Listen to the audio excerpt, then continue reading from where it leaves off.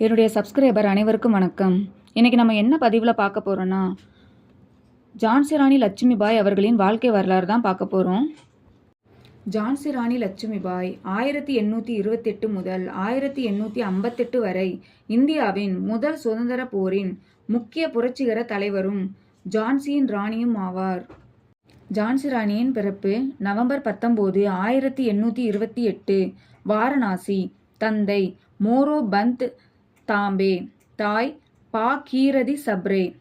சிறு வயதிலேயே தாயை இழந்த மனு பேஸ்வா பாஜிராவ் அரசவையில் வளர்ந்தார். தற்காப்பு கலைகள், குதிரை ஏற்றம் மற்றும் வாழ்வீச்சில் பயிற்சி பெற்றார்.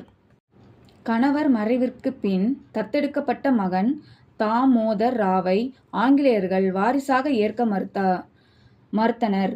ஜான்சி ராணி லட்சுமிபாய் தனது நாட்டை ஆங்கிலேயரிடம் ஒப்படைக்க மறுத்து போரை அறிவித்தார்.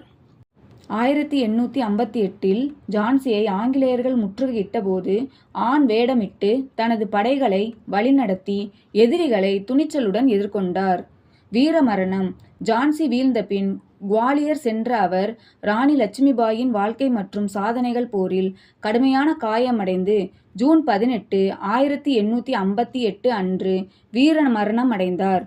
அவரது தைரியமும் தலைமைத்துவமும் இந்திய பெண்களின் வீரத்திற்கு ஒரு சின்னமாக இன்று கருதப்படுகிறது. நன்றி.